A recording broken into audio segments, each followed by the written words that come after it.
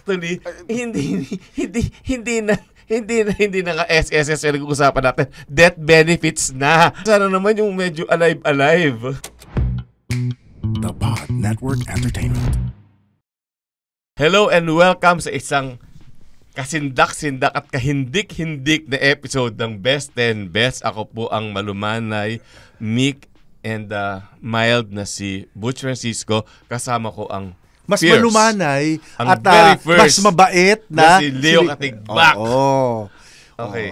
Diba, tinamo sa introduction pa lang, medyo bumubunghalit ka na. Ako naman ay napakalumanay. So, yun naman ang dynamic natin eh.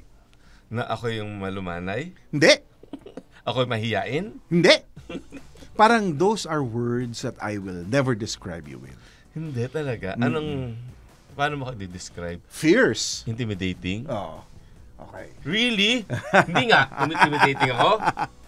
Ako hindi ako na-intimidate sa'yo. Ibang tao na-intimidate sa'yo. Sige. Ito pong mga listahan na to, hindi ho ibig sabihin, nakakatakot sila per se. Pero ito ho ay parang kumbaga nakakatakot sa galing. So kung sila'y makakasama mo halimbawa sa isang project o makakasalubong mo, dapat ay handa ka na makipagsabayan sa kanila. Kasi kung hindi, kahit wala naman silang kaplano-plano, pwedeng malampaso ka. Na wala silang intensyong gawin yun. Oo. Lalo na sa listahan ko. Mababait yun nasa listahan ko eh. Meron... hindi. Sige. Mamaya. Number 10 from Butch Francisco's list. Hindi, ito muna yung sa akin kasi 40ish and below. Yun ang usapan eh. Dapat 40 and below. Yung akin kasi... Except sa akin, may isa exception lang. Oo. Yung sa akin medyo nag-disagree kasi ako dyan sa listahan na yan. Hindi ka sumabay na naman? Hindi, kasi ang feeling ko, minsan, pag masyado natin pinipilit yung age cut-off, may mga napapasok sa listahan na under normal circumstance, hindi ko ipapasok sa listahan. Okay, hindi. Kaya nga dito, hindi na kasama si Nora Honor at si Vilma Santos kasi naka-Hall of Fame na yan.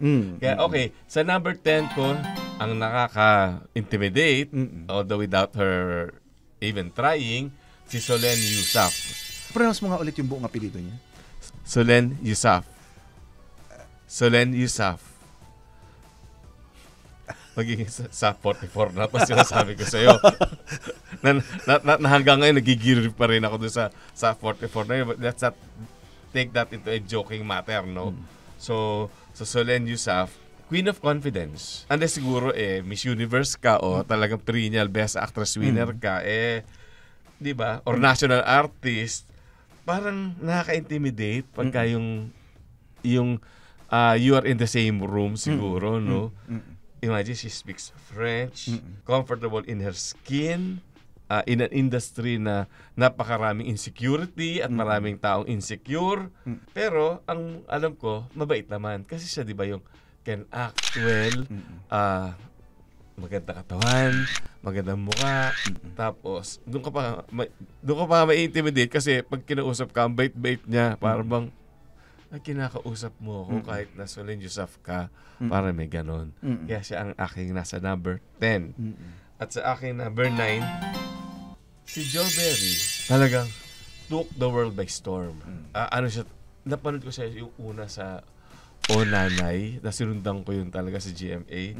Ang kasama niya doon is si Nora Honor. Pero okay lang nakasama niya si Nora Honor kasi nanay naman niya yun. So sympathetic yung role ni Nora. So pero para naman makipagtagisan ka ng galing sa isang Nora Honor, di ba? Di ba nakakasindak yun? Pero wala ka nakitang fear man lang dito kay Joe Berry. Parang sinasabayan niya si Nora. Todo to the max. Yung talagang halos patayan tsaka Sherry Hill. Sherry Hill kontrabida. So, si Sherry Hill, parang hipang ka lang niyan, matutumba ka na, di ba? Pero si Joe Berry, alam mo, parang description kasi, para siyang tigre, kuting pusa, na pag kumapit sa puno, yung gano'n ang kapit sa karakter, yung ang hirap hilahin kasi nga, yung grip niya talaga dun sa ginagampanan niya papel, ganun ka-intense, ganun ka-fierce. So, wala kang talagang dapat, pagka may eksena kayo, handa ka. hindi ka pwedeng papatay-patay pagka siya kasama mo. Currently, she's doing on GMA yung Lilia Matias, attorney at law. So, ayun, as usual, talagang yung grip niya sa kanyang role nandun. Siguro, I think it comes, in a talent, at saka, I can imagine, preparation ang sa kanya, di ba? Because of that, sa galing niya, ang taas lagi ng ratings din. Okay. Number 8, Maha Salvador. Siya na yung bagong si Amanda Page. Okay. Di ba nung araw, pagka laging may special event, laging si Amanda Page na nagsasayaw. Queen of the dance floor siya. Well, good actress, pero the thing is, marami kalaban sa actingan, no? So, siya, nagre-reyna siya sa dance floor. That's where she rules. Si Maha Salvador at number 8. Number 7, si Antoinette Hadaone. Gusto ko sa director, yung mas may artistic integrity, yung talagang yung artistry ang hinahabol ko talaga. But meron naman siya ganoon. Kaya lang kasi sa panahon ngayon na nasa doldrums ang industry, pagbigyan na natin na kumita yung pelikula, yung mako-combine mo yung artistry with commercial But that's not viability. necessarily bad. Ako parang feeling ko minsan may mga festival na bawal bang maging masaya at commercial ang pelikula nyo? Bakit parang puro na lang? Hindi. Ako, as a film reviewer, mas gusto ko kasi yung mas nasa realidad kay. Pero ngayon, dahil nga medyo naghihingalo ang entertainment profession, okay na rin, di ba? Kaya we will probably not agree on the criteria. Well, yeah, pero ako naman kasi hindi naman kasamaan yung that thing called tadhana. Tapos Maganda lalong-lalo naman. na Actually, the strength of Tonet is she's also a writer. Yeah. So she's a writer-director. And to me, usually, there's always a danger doon na pag yung writer-director, minsan, hindi nila nakokontrol yung excesses ng material. But in the case of Tonet, naman niya eh. That's why I think she works best when she writes her own material. Yeah. Like ako, saludo ko sa Fangirl. Kaya ngayon, I think sa lahat ng female directors, siya ang dapat katakutan. Okay. Number 6, si Casey Tandingan. Marami naman talagang singer, aminin na natin, na magaling bumirit, nakikipaglaslasan ng lalamunan sa pagkanta. Pero on stage, makikipagpatayan.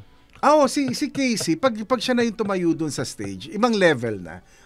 Even when she was just starting, na siya, impressive na siya from the get-go. Napakaganda ng kanyang yung stage quality niya, outstanding. Tapos, talagang rat-ratan kung rat-ratan, di ba? Very, very fierce ang kanyang performance all the time. And number 5 ko, Heart Evangelista. Okay. Noong araw, sasabihin mo na naman na nag-hark back na naman ako to the past. Pero, importante rin that we pay Kailan ko sinabi yun? all the time. Ha? All the time. Sino ba mga style icon ng araw? Sila Chona Casten, di ba? Sila Ting So, Ting. talaga naman, tumalo ka ata ng 3 henerasyon. Kita mo na. Okay. Stop intimidating me. Ikaw talaga, Okay. Mahahagardo Versosa ka yan. Nai-stress o Renya Drillo na ako. Okay. Even Gloria Romero, but these style icons, hindi naman nila talaga yung purposely na, I like ng ginagawa ni Hart na talagang she goes to, kasi wala pa naman mga fashion week tong araw eh. I don't know. I think it's a totally different environment. Fashion Week has been around since the 70s eh. So I mean, or at least all of those fashion shows from those designers have been actually around since the Kaya lang post-war. wala lang social media. Post-World War. Heart is a product of social media, but it's something that she did on her own. Parang kumbaga, there were no people who paved the way for her. Kaya to me, ako saludo ko kay Heart, dun dyan sa ginawa niya, creating the image of herself, and she works so hard for it. By the way, si Gloria Romero was also a style icon. Siya lang, alam ko nung araw, in an era na puro terno dapat ang suot. Siya lang nakapagsuot ng brown and blue. So, and get away with it. Pero si Hart kasi nga, kinarir talaga niya, parang she eats, breathes, lives fashion. So, Which is why it's effective. yeah. And isipin mo, for somebody rather petite, di ba? She stands 10 feet tall. Well, no, there's a big difference eh. Kasi si Hart, madaya. If you look at Hart na wala Mandaraya si Hart, No, sabi mo? ikaw, yan na naman. If you look at Hart na wala siyang katabi, you will actually think that she's much taller Okay. because her proportions are just right. Di ba katabi naman niya si Jesus Escudero? Pag ginunan mo nga siyang mag-isa, mas ang dadating sa'yo, mas mukha siyang matangkad na tao. Kasi her proportions are also the proportions of the other models who are much taller. Kaya yun yung may daya pag nakita mo si Hart. Kaya maganda rin siya damitan. Okay. So in other words, parang pagdating sa usapang fashion, I can imagine wala nakakabog kay Hart. Oo. So definitely hindi siya mabubutch Francisco. Hindi ko pa rin nakukuha ibig sabihin. Number 4. Oh. Tony Gonzaga. Okay. We may not be on the same political fence, pero it cannot be denied naman na sa mga female MCs, host, siya na talaga yung I'd like to think pinakamagaling ngayon. Actually, si Tony magaling. I remember when we were working lalo na sa What's Up, one of the things that always impressed me with Tony, pwede kang nagbibigay ng instruction at nagbabasa siya ng teleprompter. Hindi mo nahahalata na nakikinig siya sa'yo. Pagkatapos after niyang basahin yun, masisegue niya yun. And that's actually a skill because a lot of people, pag halimbawa they're doing something on camera and you need to give them instructions, na-obvious na nadidistract sila eh. Mm-hmm. Si Tony, kaya niya na gawin yon na hindi niya mapapahalata sa audience na she's doing one thing and she's also attending another thing. And to me, that's a very impressive quality. Okay, pero alam mo, scary siya na co-host na. Nag-umpisa pa lang siya noon. At saka scripted naman. Pero kapag siya yung co-host mo, I can imagine hindi mo alam kung ano yung sunod ibibitawan niya. No, kailangan you can get thrown. Well, si Tony kasi, she will read the script, she studies the script. Yeah. Magre-research pa yan. So kung halimbawa may makikita siyang opening para mas palalimin yung sinasabi niya, she'll do that. Pagka co-host ka niya, you should be quick on the uptake. Dapat talagang on your toes ka talaga. Ibig mo talaga, si Butch Francisco na i-intimidate kay Tony Gonzaga. Kasi magaling siya. Kasi hindi ko naman dinidispute na yung sa magaling siya. Ang nagot ako, nai-intimidate ka. We'll try working together. Sige. Okay. Hindi kasi there was a time na pagalitan ako noon. Pinagalitan ka ni Tony? Hindi, mabait yan, lalo si Mami Pinty. Hindi, meron na kasi ang co-host ay de las Alas, tapos may isa pang male host na napagalitan ako kasi parang sinasapawang ko raw yung male host. Yan sabi ko naman, co-host mo si Ay de las Alas, hindi ka pwedeng babagal-bagal. So, nagpaiwan yung isa. Tapos hindi kasalanan ko. Diba? Teka, sorry ha. Hindi ako nang-i-intimidate. Ano lang ho ito? Na-carried away lang ho ako. Okay. So, hindi. Back to Tony Gonzaga. Di ba nung araw nag-host siya ng Binibining Pilipinas tapos nabash siya? Alam mo, binalikan ko yung mga sa YouTube, yung mga videos niya. Hindi naman, okay. She was okay naman pala eh. Yun lang, dun mo lang, I guess nakatulong siya sa mga judges kasi dun mo malalaman kung matataranta yung kandidata sa mga follow-up questions niya. Kasi dapat mabilis ka rin eh. Di ba yung sinabi niya, yung earrings mo ay may theme song, yung chandelier, yung mga gano'n. Nakakatawa siya talaga. And ngayon, marami naman talaga na artista, broadcasters na meron ng kanya-kanyang interview sa mga may vlog, may podcast, may ano. Pero alam mo, ito sasabihin ko sa lahat ng gumagawa niya ngayon. Si Tony Gonzaga, ang pinakamalalim magtanong. Oo, yung iba kasi nalulusotan napapaikutan ng mga guest nila. Si Tony kasi hindi, kasi nga because like you said, nagre-research. So hindi mo pwedeng isahan. Number 3. Si Jody Santa Maria. Pagdating sa actingan, well, of course, she's 42 now, pero ginawa ko lang siya by lone exception. Kasi parang ang hirap naman. Para na-realize ko, yung listahan mo 40 and below, yung akin 40 and above. But I think kasi that gives it a broader perspective. Pero, But anyway, pero usapan talaga 40 and below eh. hindi ko kasi nakita yun eh. Sige na nga. Kasi pinadala nyo nung nagbabakasyon ako. So, ang alam ko lang yung topic. Okay. At least nakapagbakasyon ka. Hindi, okay. Ito na lang. Hindi ko rin naman pinipigilan magbakasyon eh. Wala akong pambakasyon. So anyway, sama mo na lang kay taga-buhat ang bagahe mo. Ganda-ganda talaga ni Jody. Oo naman. Ito kasi, kung nung 50s and 60s hanggang 70s, meron kang Lolita Rodriguez at saka Charito Solis. Tapos nagkaroon ng Nora Aunor. Hindi ko na nga nilagay si Lolita dun sa top 10 ko. Yun. Patahimikin mo na yung tao. Ito ngayon, si Jody Santa Maria, sa ating current generation, siya yung Lolita Rodriguez ngayon at Charito Solis. Na pagdating sa drama, siya na yung reyna siya na yung drama Kulang queen. na lang isang tao pa, 3-in-1 na siya, para na siyang kape. Diba? 2-in-1 mo na eh. Diba? Ganun siya kagaling.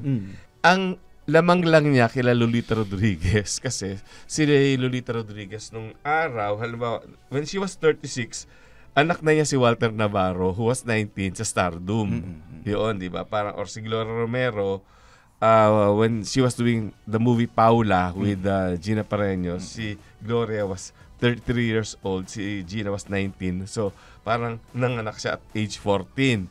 Ito, baliktad na dahil nga, ang mga tao ngayon, mas mukhang bata kaysa sa mga lolo't lola natin, di ba? Si Jody Santa Maria at age 42, pwede pang doon sa Lavender Fields, dalaga siya, tapos nakapagdalang tao pa siya, nanganak pa siya at age 42 na walang komplikasyon.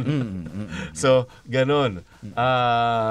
Pwede pa siya yun nga, parang 3 times, pwede pa siyang...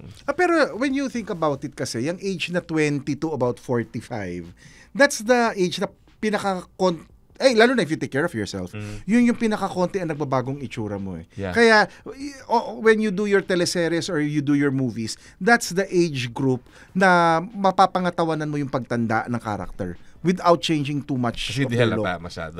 Wala masyadong changes. Okay. Kaya parang kahit sa Amerika naman eh, when they cast their programs, if they anticipate it will run long, most of the time they cast them in their 20s eh. Kasi if a show runs for 10 years, hindi masyado pa nagbabago yung itsura nila. Kung halimbawa active ngayon si Angel Locsin, I would also put her there. Siguro sila yung Lolita and Charito. Yeah. Dahil sila talaga di ba? Yung pagdating sa actingan. Ito kasi si Jody, I think yung acting skills niya ngayon can be attributed to the fact na nag-indie siya. Marami siyang ginawang inding mahusay. Yung aparisyon, yung maling akala. At saka she can do comedy, she can do drama, she can do horror, she can do light, she can do heavy. Yung bang hindi pa She's siya very versatile. Hindi pa siya na-taint ng yung mannerisms ng soap opera actress. But I think she's very conscious about that eh. Parang, that's why I think, if you'll notice, si Jody, hindi mo napansin, hindi siya nagba-back to back. I mean, there will always be a gap between her series, which I think allows her to flesh out the characters more, and if she wants to create more nuance, she can do that. Yes, I agree with you. Number 2, si Catherine Bernardo. Okay. Currently, siya yung do you agree with me na siya yung ngayon ng movie queen? Kasi sayang, dapat silang dalawa ni Nadine Lustre. Kaya lang na-derail ngayon yung career ni Nadine Lustre nga dahil nga doon sa naging mga kaso niya sa Viva nung araw. Although she's di ba, parang lumalabas siya ang muse ni Mick Red eh. Well, she had a deleter noon, which was a success. But even the succeeding movies right now, she's been filming with him. So ang feeling ko, wait and see tayo. Tingnan natin where Nadine resurfaces. Pero at the moment, namamonopolize ngayon ni Catherine. Yeah. So, especially since may upcoming movie siya with Alden na talagang, di ba, sequel. Na successful yung the first one. Ito, parang in-expect na even bigger success tong pangalawa. Isipin mo na lang, parang ginagawa niya scrapbook niyang EDSA. Di ba? Sarami ng endorsement niya. Parang scrapbook na niya ni Catherine ng EDSA. Baka nga, she could have been a bigger movie queen kung talagang hindi nag-pandemic. Yeah, I Tapos think so. kung hindi ganito kalamlam ang entertainment profession, siguro siya yung kumbaga either Nora or Vilma of her time. Yes. Yun. But again, right now, she's there. Tapos, yun nga. Tapos, yun nga. At sana nga kasi si Liza Soberano nandito pa rin. Diba? Pwede pa rin challenger to the throne yan. But meanwhile, Actually, I never felt that Liza was a challenger. she could well, No, even when Liza was here, I always thought that if ever you would pit somebody against each other, it's actually Katrina and Nadine. But I never felt that Liza Hindi, was in the same kasi business. kung kung halimbawa yung kay Nadine nagka-problema siya sa legality, pwedeng umakyat si Liza siguro. You don't agree? Ako kasi, I have yet to see Liza in a non-love team role that works eh. But I've seen both Nadine and Catherine in a non-love scene. But that would have been exciting kung let's say, Because to me, that's the true test eh. Yeah. Kasi, yes, you have all of the box office hits and whatever, but if it's tandem dependent, I think parang that also is a limiting factor. mali mo naman kasi kung nawala na si Enrique Hill na nga, di ba? Nagpunta ng Butan. Hindi, pero ibig ko nga sabihin, parang kumbaga, until the end of her here, it was always with a pair. To me, that makes a difference eh. Because it will show what, how far you are as an artist. Parents, this is your cheat code to understanding your gamer kid. This is Keri Kita, Guide for Non-Gamer Parents. I'm Ray. And I'm Joey. Hardcore gamers, hardcore parents. Let's learn from each other. Dito, Keri Kita.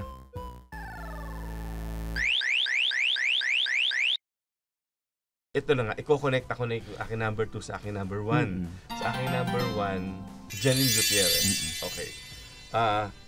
Siya ngayon ang dapat katakutan. Sabi nga, i-connect yung 2 and 1 ko. Baka nga, siya na ang maging karibal ni Catherine Bernardo. Pag ito, konting hagod pa to eh. Pero, siya kasi, yung hawak niya kasi yung ano ba yun? Yung galing sa na yung effortless, di ba? Pwedeng dun sa babae at baril, mahinhin siya. Tapos naging palaban naman, pero dito sa Lavender Fields, dito bad girl siya dito, pero may ano siya, yung may nuances, hindi lang basta-basta kontrabida, iba-ibang klaseng level na a mark of a true actress. At saka yung ngayon, ang feeling ko talaga, dahil meron siyang artistic success, ito, with Lavender Fields, meron na siyang commercial success. Kasi number 1 sa Netflix ang Lavender Correct, but Fields. even Dirty Linen was a strong ano. So kumbaga, you know that, at saka ano yan eh, iba yung siya yung nagdadala nung material. Ito, ano niya, she's one of the people propping up the show. Yeah. So, Kumbaga, ako, well, of course, nandyan din si Jody Santa Maria. No? yes. So, ito, hindi ako magugulat na pwedeng maging movie Definitely queen. she's someone to watch. Yeah. Ang ano na sa kanya, iba lang yung sa lahat ng mga naging malalaking artista na babae, iba yung rutang tinahak niya. Dumating, hindi siya nag-tweet times. Dumating siya college graduate na. Yung medyo may edad na parang 22 years old. Well, which I think is a good thing. Yeah, kasi may maturity na. Hindi, tsaka I think one of the pitfalls when they start too young is they lose out on enjoying being young.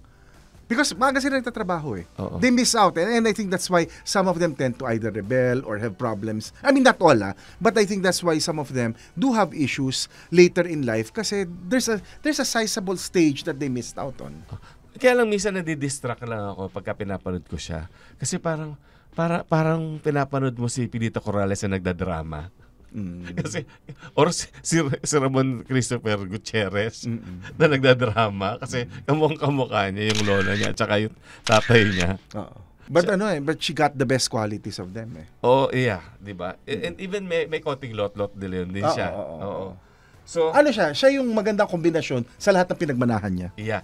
'Di ba tawag sa kanya ng lola niyong baby siya, Elizabeth Taylor.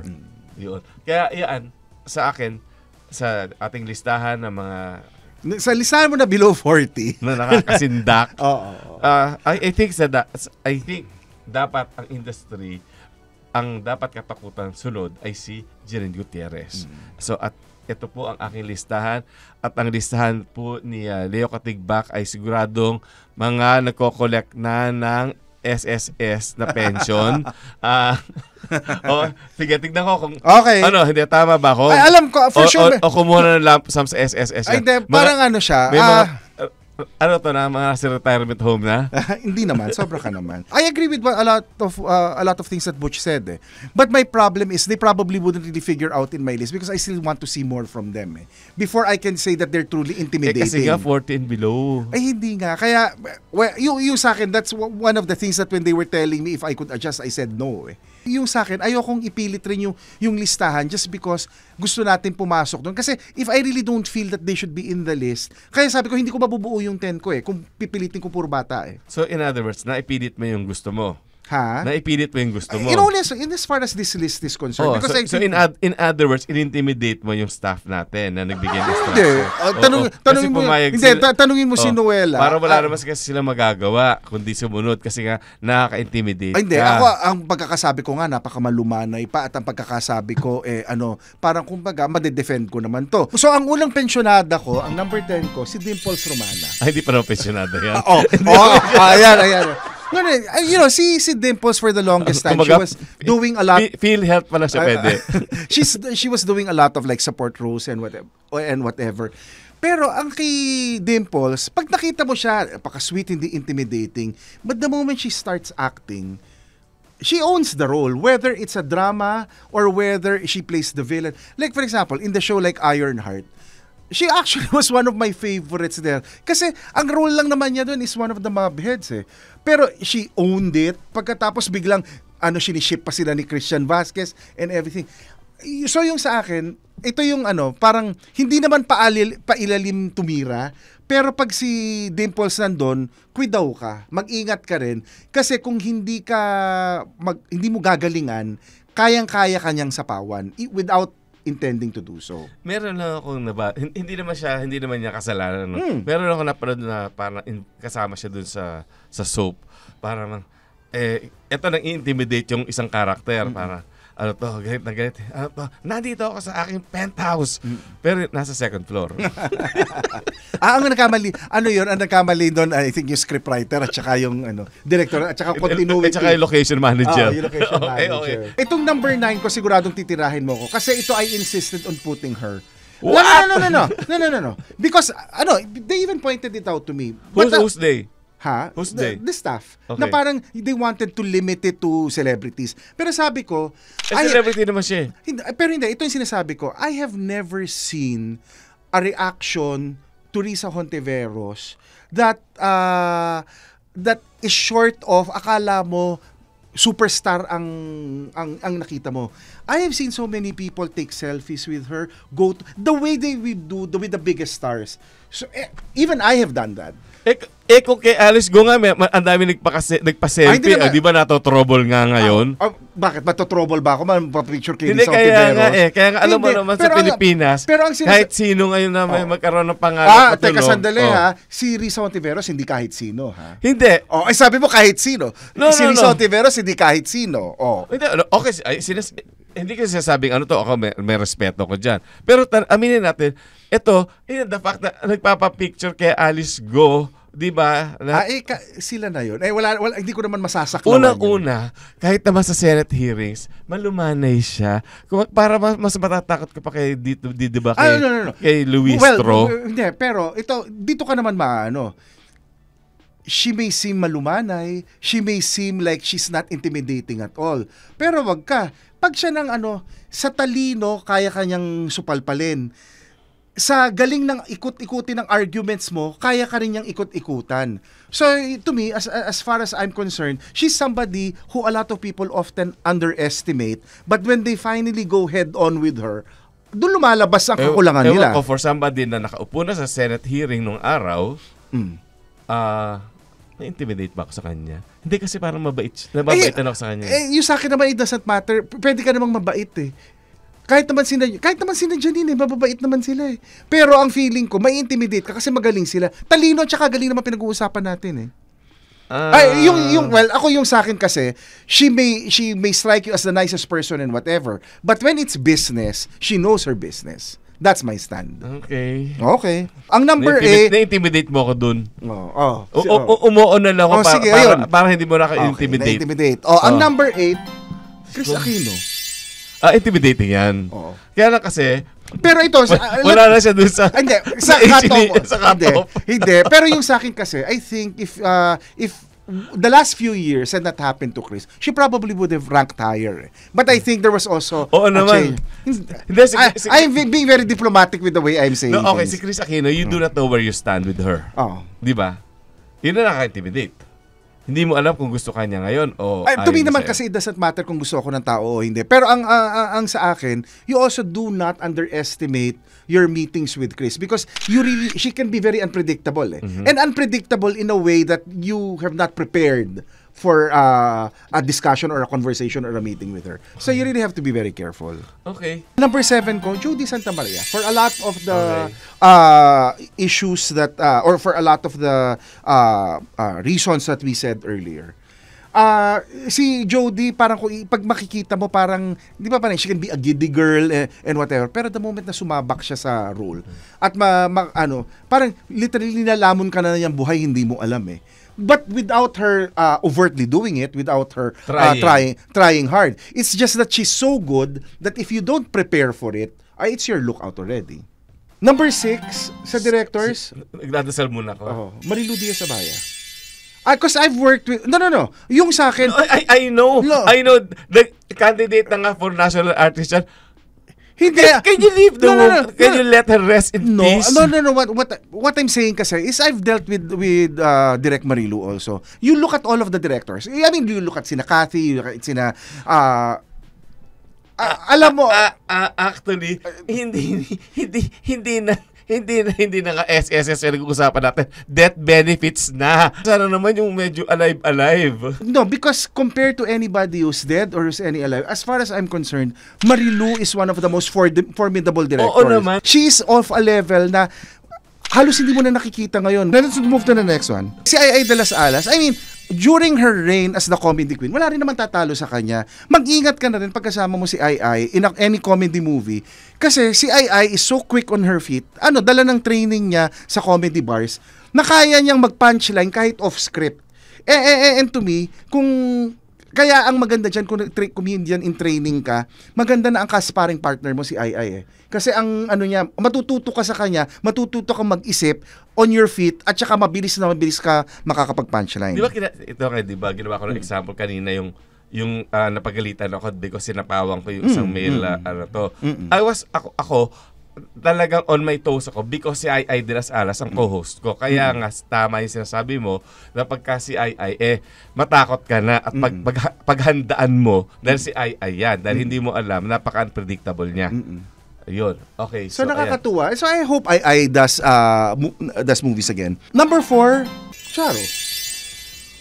And ang feeling ko kasi, like Charo, after she became president of ABS-CBN, she went back to acting.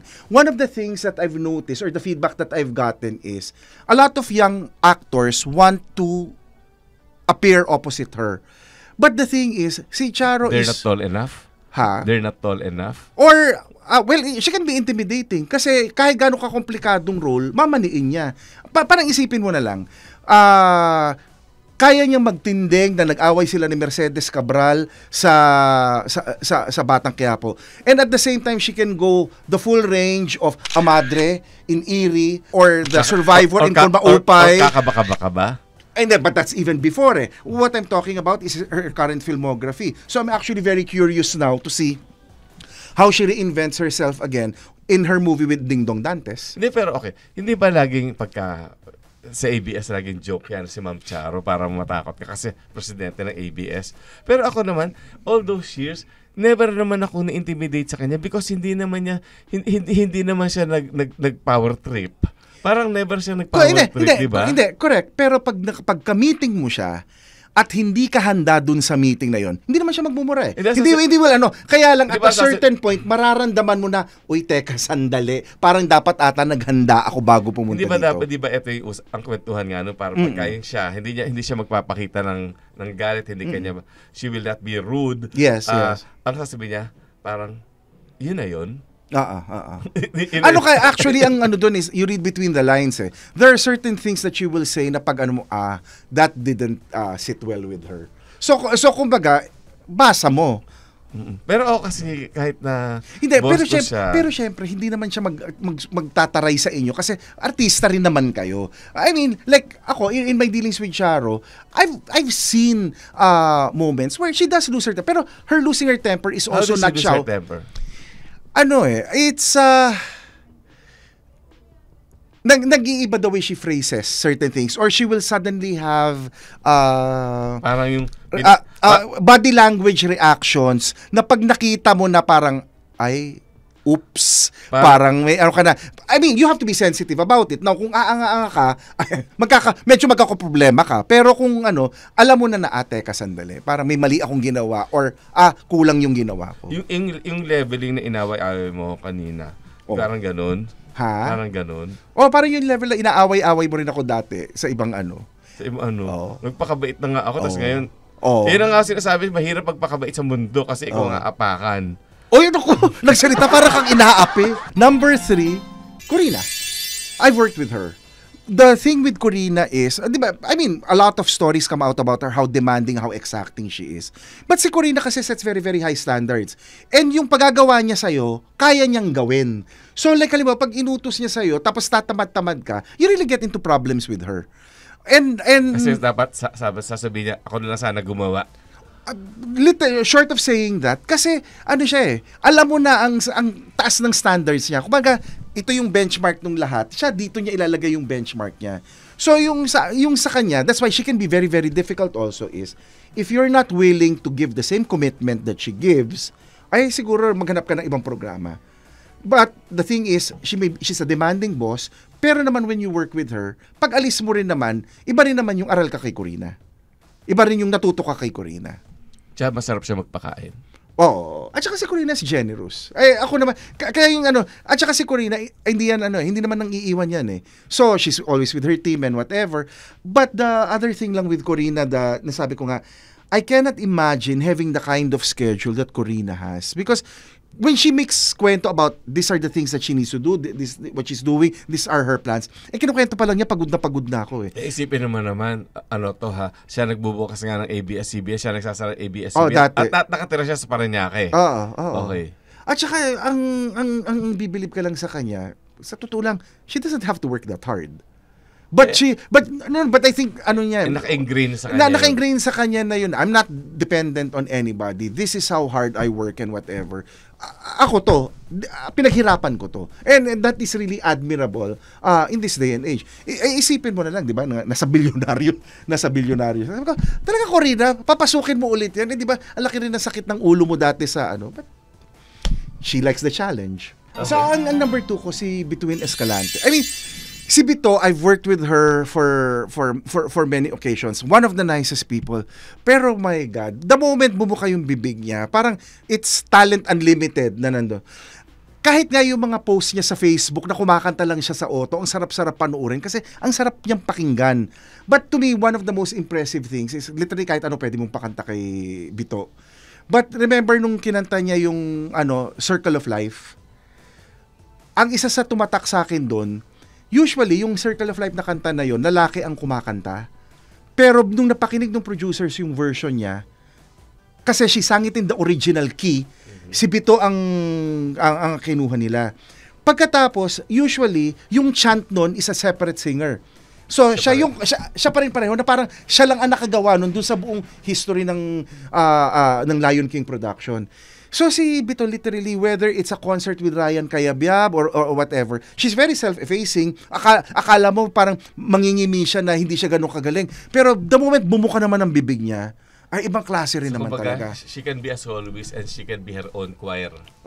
In a manner of speaking, kaya niya. At saka, napakabait na tao. Napakaganda ng ugali. Considering kung ganun siya kagaling, walang yabang sa katawan niya. Kaya love na love ko yan si Bito eh. Ang number 1 ko, and I think, if you've seen the previous episodes, Lea Salonga. I think, she's at a level, at a class all her own. It's going to be very, very difficult for anybody to compete with her. When binamani niya ang pagkanta kasama yung pati mga batikang singers sa Amerika. Kaya niya makipaglaban on the Broadway or the West End stage. She's not intimidated by anybody. The one thing I like with Lea is, granted siguro sasabihin mo, malakas yung dating ni Lea. I think it's only because she knows that she's good. But I don't think she's ever used that to put anybody down. And that's one thing I really admire about her. One thing pag pinapanood ko siya yung mga interviews siya sa mga American talk shows, proud ako sa kanya. Oo. Para kumbaga, 'di ba?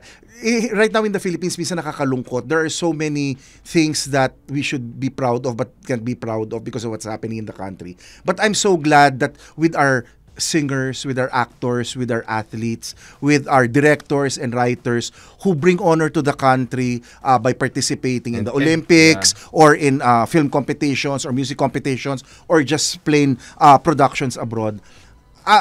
Nakakatuwa naman na at least ang Pilipinas pwede ka talagang maging proud because of the talent, the skill, the honor these people bring. Okay. So ayun, and that completes yung listahan ko at saka listahan ng ang mga eligible ng Social Security at saka ng memorial plan. Oo, yun ang Leo Katigbak na hindi sumunod sa usapan. Ako kasi I disagreed with it. Uy, in the same way naman na minsan biglang malalaman ko na lang nag-disagree ka dun sa listahan kaya binabago ko yung listahan ko. Uy, twice na nangyari yan. Nawala kayong napakinig sa akin na nag-agree na lang ako na pero ang alam ko si Butch ang may gusto nun. At least hindi naman ako naglagay ng patay. Pero pag halimbawa ginagawa mo na yung listahan on air, I am very supportive of your list. Hindi kita kinokotra, hindi kita hinaharang. Tinatamad ka lang nun. Hindi. Ano lang yan, respeto lang yan. Sabihin mo wala hindi kita nirespeto. Kanina, kay Marilo Diaz Abaya, hindi. Hindi, kasi lahat ng respeto binigay ko kay Marilo Abaya. Well, she was a friend. At saka, tagahanga ako ng mga trabaho niya. Oy, teka lang sandali. Baka isipin ng mga tao, magkaaway tayo. Hindi alam mo, ikaw talaga. Uy, kami ni Butch, ganito lang kami mag-usap. Actually, even off-camera, ganito kami mag-usap. So, off-camera, hindi kami nag-uusap. Uy, ikaw baka maniwala yung mga tao. Sige ka, ikaw. Pag biglang may lumabas na chismis, sasabihin, ay si Butch Francisco nagpapakadiva pala kaya hindi sila nag-uusap ni Leo. May makikialam ko ba sa buhay natin sa mga edad nating to? may pakimchu pa ba sila? Maraming salamat dito sa iyong pasalubong. Ay, talaga naman pinaano niya. Okay. Ano yan? Supposedly good luck eh. So hindi ko pwedeng isanla. O ikaw, nasa sa'yo. Baka pati yung luck sumama. Oo, diba? Sige.